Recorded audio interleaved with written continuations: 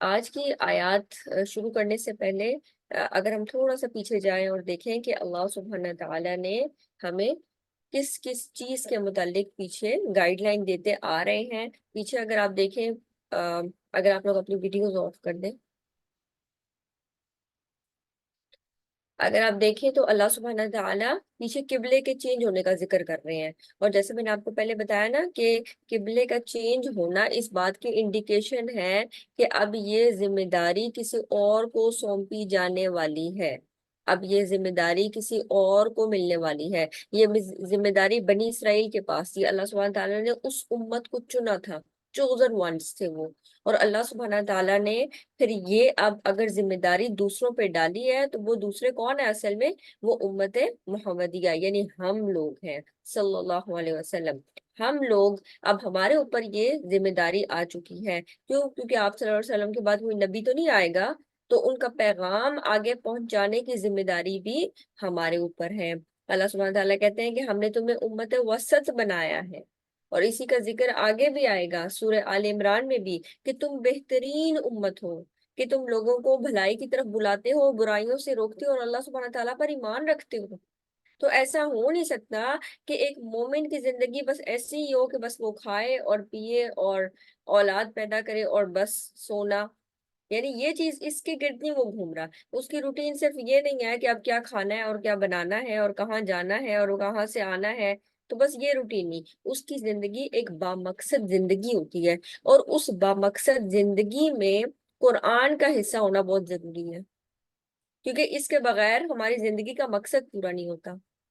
تو قرآن ہماری زندگی میں ضرور ہو، کسی نہ کسی طرح ہم قرآن سے ضرور جڑے ہوں، خواہ ہم سیکھنے والے ہوں، خواہ ہم سکھانے والے ہوں. اور وہ قرآن کی کوئی بھی چیز، خواہ آپ تجوید سیکھنے والے ہیں یا تجوید سکھانے والے ہیں، یا آپ تفسیر سیکھنے والے ہیں یا آپ سکھانے والے ہیں، یا آپ، اور جو عمل والی چیز ہے وہ تو ظاہر سب کے اوپر ہی اپلائی ہوتی ہے. کسی نہ کسی طرح سے آپ قرآن کے ساتھ ضرور کنیکٹڈ ہوں، کیونکہ یہ قرآن ہے جو ہمیں زندگی کو مقصد دیتا ہے، ہماری زندگی کو. اس کے بغیر ہماری زندگی بے مقصد ہے. اللہ سبحانہ تعالیٰ نے ہمیں ایک مقصد کے تحت پیدا کیا ہے. ہر وہ چیز جو مارکیٹ میں بھی آتی ہے نا، اس کا بھی کوئی نہ کوئی مقصد ہوتا ہے. ایسا تو نہیں ہوتا ہاں جی یہ ایک فضول سی چیز ہے اب یہ مارکیٹ میں آ رہی ہے، اور اگر آ بھی جائے فضول سی چیز تو کوئی خریدے گا نہیں. تو یہ چیز سوچ کر بنائی جاتی ہے کہ مارکیٹ میں اس کی ڈیمانڈ ہے، اگر ہے تو کس حد تک ہے. کسی چیز کی زیادہ ہوتی ہے اور کسی چیز کی کم ہوتی ہے. اللہ سبحانہ تعالیٰ اس عیب سے پاک ہے کہ وہ ایسی چیزیں پیدا کرے جو عبث ہے. عبث مطلب بے فائدہ. اللہ سبحانہ تعالیٰ نے کوئی بھی چیز بے فائدہ نہیں بنائی. اس نے ایک مخلوق بنائی، ہمیں بنایا. کس لیے؟ وَمَا خَلَقْتُ الْجِنَّ وَالْإِنسَ إِلَّا لِيَعْبُدُونَ، میں نے نہیں پیدا کیا انسانوں کو اور جنوں کو مگر یہ کہ وہ میری عبادت کریں. ہمیں ہماری زندگی کا پرپس بتا دیا کہ ہم نے عبادت کرنی ہے اللہ سبحانہ تعالیٰ کی، اس کے احکامات بجا لانے ہیں. ہماری زندگی میں اللہ سبحانہ تعالیٰ کا کلر نظر آنا چاہیے، صبغۃ اللہ، اللہ کا کلر، اللہ کا رنگ نظر آنا چاہیے. کوئی دیکھے تو کہے یہ اللہ والے ہیں. تو اب جو پیچھے سوال تھا نا، جب ہم پیچھے آیات پڑھ رہے تھے، اللہ سبحانہ تعالیٰ جو بات چیت کا انداز ہے نا وہ بدل رہے ہیں. یعنی مسلمانوں سے کبھی مخاطب ہے، کبھی اللہ سبحانہ تعالیٰ مشرکین سے ڈائریکٹلی بات کر رہے ہیں، اور کبھی اللہ سبحانہ تعالیٰ بنی اسرائیل سے بات کر رہے ہیں. پیچھے بہت جگہوں پر اللہ سبحانہ تعالیٰ بنی اسرائیل سے بات کر رہے تھے، یعنی ان سے پوچھو بنی اسرائیل سے، کہو بنی اسرائیل کو، اور اس طرح سے بات چیت ہو رہی تھی. اب اللہ سبحانہ تعالیٰ ایک جنرل بات کر رہے ہیں. جب مشرکین مکہ کی طرف سے سوال کیا گیا، کیونکہ وہ حسب نسب کو بہت زیادہ بلند چیز سمجھتے تھے، تو وہ آگے کہنے لگے یہ جو جس خدا کی تم بات کرتے ہو ذرا ہمیں اس کا حسب نسب تو بتاؤ، اس کی لینیج تو بتاؤ. یہ وہ لوگ ہیں جو انسان تو انسان اپنے جانوروں کا بھی حسب نسب یاد رکھتے تھے. تو آپ اندازہ کریں کہ ان کے لیے حسب نسب کی کتنی زیادہ امپورٹنس تھی. تو وہ کہنے لگے ذرا یہ جو خدا آپ نے بتایا اے اللہ کے رسول، ذرا اس کا حسب نسب تو بتائیے. تو تب اللہ سبحانہ تعالیٰ نے آیات نازل کی سورۃ الاخلاص، قل هو اللہ احد، وہ اللہ وہ ایک ہی ہے. ایک ہی؟ ہم نے تو 360 بت رکھے ہوئے ہیں، ایک کیسے؟ اس پر کوئی دلیل تو لاؤ، پروف کرو. ایک کیسے؟ ایک خدا اتنے سارے کام کیسے کرے گا؟ اس دلیل کے پروف کے طور پہ جو انہوں نے مانگی تھی، یہ والی آیت نازل ہوتی ہے 164، یہ جو آپ کے سامنے آ رہی ہے۔ آیت پڑھتے ہیں، اعوذ باللہ من الشیطان الرجیم، ان فی خلق السماوات والارض، بے شک پیدائش میں آسمان اور زمین کی، واختلاف اللیل والنہار، اور اختلاف میں رات اور دن کے، یعنی کفار مکہ یا مشرکین مکہ کے لیے یہ بات ہضم کرنی اتنی مشکل تھی کہ اتنے سارے کام ایک خدا کیسے کرے گا؟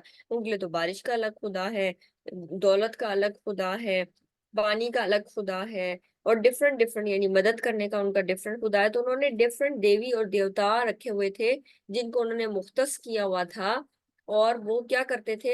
وہ ان سے اپنی جو ڈفرنٹ حاجات ہیں، جس کو جو ضرورت آتی تھی، وہ اس کے مطابق والے خدا کے پاس چلا جاتا تھا اور اسے ڈیمانڈ کرتا تھا۔ تو اب یہ چیز نا ان سے ہضم نہیں ہو رہی تھی، تو اللہ سبحانہ تعالیٰ اپنی قدرت کی نشانیاں بتا رہے ہیں۔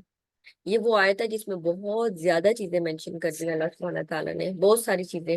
آپ دیکھیں گے قرآن پاک میں نا متعدد جگہوں پر اللہ سبحانہ تعالیٰ مختلف آیات نازل کرتے ہیں، جس میں سے کہیں پر صرف آسمان کا ذکر آئے گا، جیسے سورہ ملک کے بھی سٹارٹ میں اگر آپ دیکھیں نا، تو وہاں پر بھی اللہ سبحانہ تعالیٰ کہتے ہیں آسمان کی طرف دیکھو، حل تری من فطور، تمہیں کوئی فطور نظر آتا ہے آسمان میں؟ کہیں پر اللہ سبحانہ تعالیٰ کہیں گے ہم نے آسمان کی طرف پانی برسایا تاکہ ہم اس سے نباتات اگائیں۔ کہیں پر اللہ سبحانہ تعالیٰ ستاروں کا ذکر کرتے ہیں، کہیں پر صرف رات کا ذکر آتا ہے وَجَعَلْنَا اللَّيْلَ لِبَاسًا، کہیں پر صرف نہار کا ذکر آئے گا وَجَعَلْنَا النَّهَارَ مَعَاشًا، کہیں پر صرف ہواؤں کا ذکر آئے گا، کہیں پر صرف یہ کشتیوں کا ذکر آئے گا۔ لیکن یہ وہ آیت ہے، اس میں اللہ سبحانہ تعالیٰ نے بہت ساری بڑی بڑی نشانیوں کو جمع کر دیا ہے، تو یہ کوئی معمولی آیت نہیں ہے۔ کیوں؟ یہ اس سوال کا جواب ہے کہ تم یہ سمجھتے ہو کہ وہ ایک اللہ اتنی ساری چیزیں نہیں کر سکتا، تو ذرا یہ دیکھو تو صحیح۔ اور یہ وہ والی اللہ سبحانہ تعالیٰ نے مثالیں دی ہیں نا، یہ کوئی اس کی مثالیں نہیں دی۔ اگر آپ اس آیت کو دیکھیں نا، تو اس میں ان لوگوں کو بھی کیٹر کیا جاتا ہے، یعنی روزمرہ تم یہ چیزیں دیکھتے ہو، آسمان کو، زمین کو، رات کو، دن کو، کشتیوں کو چلنا، آسمان سے پانی آنا، زمین سے پودوں کا اگنا، ہواؤں کا چلنا، یہ ساری چیزیں تم دیکھتے ہو۔ اچھا، اس چیز میں نا انسان کی آبزرویشن اس کے علم کے مطابق ہوتی ہے، یعنی ایک عام انسان بھی جب اس کو دیکھے گا جس کو بہت سائنٹیفک نالج نہیں ہوگا، تو وہ بھی اس چیز کو دیکھے گا اور سمجھے گا واقعی یہ بہت بڑی نشانی ہے۔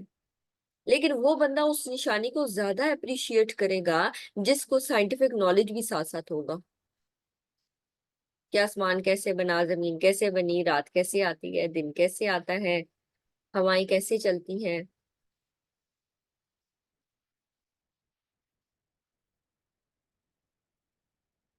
تو یہ ساری چیزیں اللہ سبحانہ تعالیٰ کی نشانیاں ہیں۔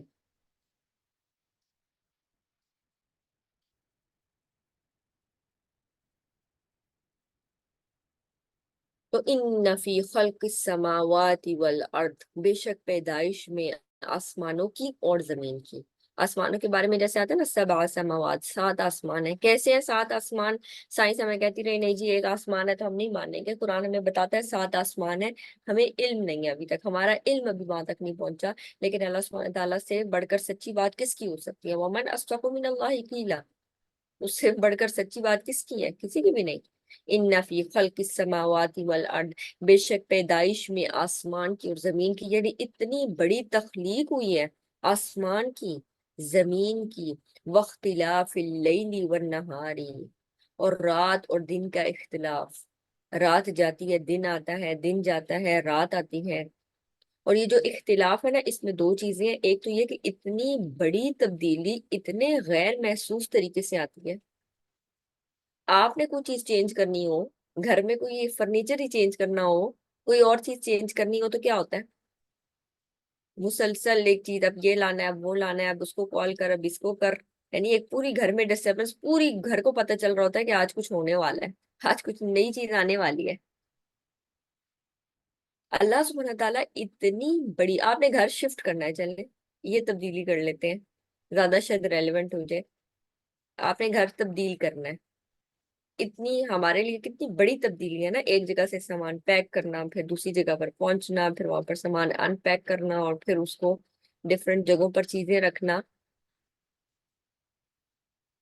تو اتنی بڑی تبدیلی اللہ سبحانہ وتعالیٰ کہتے ہیں رات اور دن، ان کا اختلاف، ایک چیز آتی ہے اور دوسری چیز جاتی ہے، اور اتنے غیر محسوس طریقے سے آہستہ آہستہ کسی شور و غل کے بغیر فلی اس کے کنٹرول میں ہے، وہ اتنی بڑی تبدیلی لے آتا ہے۔ تو اختلاف سے مراد ایک تو یہی اختلاف ہے کہ ایک چیز جاتی ہے تو دوسری چیز آتی ہے، اور دوسرا اختلاف سے کیا مراد ہے؟ رات اور دن کا اختلاف، اس معنی میں کہ کبھی راتیں چھوٹی ہیں اور کبھی راتیں لمبی ہیں۔ ابھی سردیاں تو آپ محسوس کر رہے ہوں گے کہ دن چھوٹے ہوتے ہیں اور راتیں لمبی ہیں، اور پھر گرمیوں میں آپ دیکھتے ہوں گے کہ دن زیادہ بڑا ہو جاتا ہے اور راتیں چھوٹی ہو جاتی ہیں۔ تو ایک اختلاف سے یہ بھی مراد ہے۔ تو نمبر ون اختلاف کیا ہے؟ چینج ہونا رات کا دن میں، دن کا رات میں۔ اور نمبر ٹو، ان کے جو ٹائم پیریڈ ہے اس میں چینج آنا، راتوں کا چھوٹا ہونا، راتوں کا بڑھنا، دن کا چھوٹا ہونا اور دن کا بڑھنا۔ تو یہ جو اختلاف ہے، والفلک التی تجری فی البحر، اور کشتی جو سمندر میں چلتی ہے، یعنی سمندروں میں چلتی ہے، ان کشتیوں میں جو چیزیں لے کر سمندر میں چلتی ہیں، بما ينفع الناس، تاکہ وہ کیا کرے؟ کشتی سمندر میں کیوں چلتی ہے؟ تاکہ وہ نفع دے لوگوں کو، لوگ اپنا سامان لے کر ادھر سے ادھر جاتے ہیں، کچھ ٹریول کے لیے جاتے ہیں، یعنی لوگ ٹریول بھی کرتے ہیں ادھر سے ایک جگہ سے دوسری جگہ، ڈفرنٹ چیزیں آپ دیکھیں جو سمندر میں اترتے بھی ہیں، اور پھر کشتیوں میں ہی، اور کشتیوں کے بھی آپ دیکھ رہے ہوتے ہیں مختلف سائزز ہیں، اس میں چھوٹی کشتیاں ہیں، بڑی کشتیاں ہیں، اور ہر ایک کی جو مناسبت ہے، جو کام ان سے لینا ہوتا ہے وہ اس کے مطابق ہے۔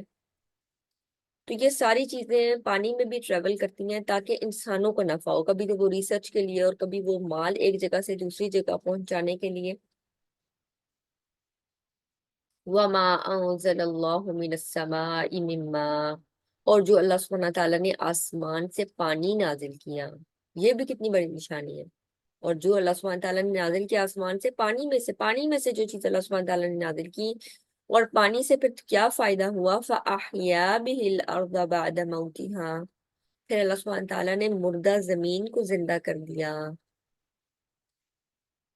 یہاں سے ایک اور چیز بھی جو سمجھنے والی ہے، کبھی ہم کہتے ہیں نا کہ ہمارا دل نہیں بدلتا، ہم سنتے تو ہیں اثر نہیں ہو رہا، میری زندگی میں چینج نہیں آ رہا، تو یہ جو آیت کا پارٹ ہے نا، فَأَحْيَا بِهِ الْأَرْضَ بَعْدَ مَوْتِهَا، تو جو ہمارا دل ہے نا وہ بھی اس زمین کی طرح ہے، جب اس زمین پر آسمان سے لائی ہوئی چیز یعنی وحی کی بارش ہوتی ہے تو دل زندہ ہو جاتا ہے اپنے مرنے کے بعد، بعد موتها، بالکل ایسے جیسے آسمان سے جب پانی آتا ہے تو زمین سوکھی ہوتی ہے، دیکھنے میں بالکل لگ رہا ہوتا ہے کہ اس پہ کچھ نہیں اگے گا، لیکن جیسے ہی پانی پڑتا ہے وہ نرم ہوتی ہے اور بہترین چیزیں اگانا شروع ہو جاتی ہے۔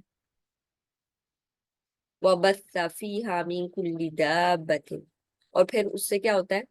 پھیل جاتے ہیں اس سے بہت سارے مویشی، یعنی جو جانور ہے نا، ان کا جو کھانا پینا ہے وہ ٹوٹلی ڈیپینڈنٹ ہے کس چیز کے اوپر؟ وہ چیز جو زمین اگاتی ہے۔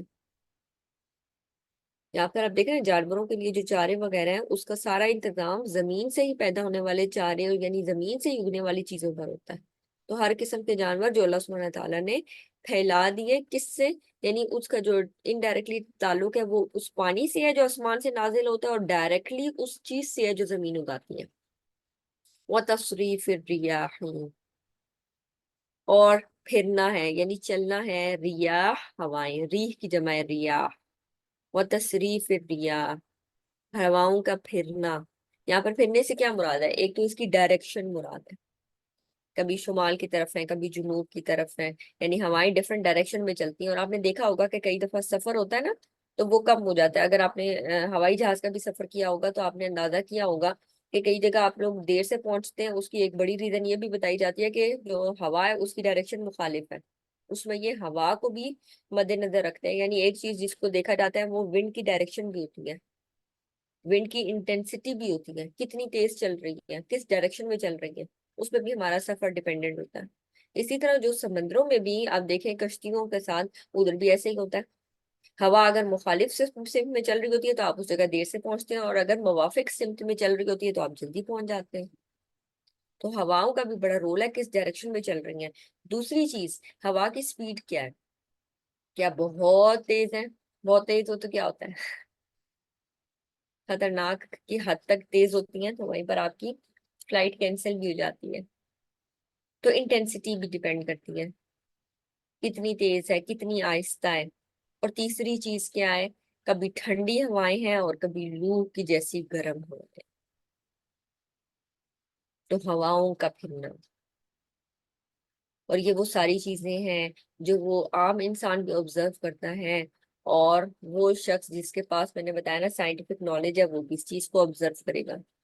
وَتَصْرِيفِ الرِّيَاحِ ہواؤں کا پھرنا، وَالسَّحَابِ الْمُسَخَّرِ بَيْنَ السَّمَاءِ وَالْأَرْضِ اور بادل، اللہ سبحانہ تعالیٰ نے بادلوں کو مسخر کیا ہے کس کے درمیان، آسمان اور زمین کے درمیان. بادلوں کا بھی بڑا رول ہے، یعنی ہوائیں کس طرح کیری کر کے لے کے جاتی ہیں بادلوں کو، اور اس کے بعد یہ بادل بارش کا بھی سبب بنتے ہیں. اور سٹارٹ ہوتی ہے ویپوریشن سے، یعنی کہ جو بھاپ ایسا ایسا جمع ہوتی رہتی ہے اور وہ اوپر تک جاتی ہیں، اور اس طرح بادل بننا اور پھر بادلوں کا جمع ہونا اور پھر اس میں سے پانی کا برسنا، اور پھر پانی آ کر نیچے زمین کو زندہ کرتے ہیں، اور اس زمین سے ہم بھی کھاتے ہیں، جانور بھی کھاتے ہیں، اور اس سے ایک لائف چلتی ہے. اللہ سبحانہ تعالیٰ نے ایک زبردست نظام بنایا ہے.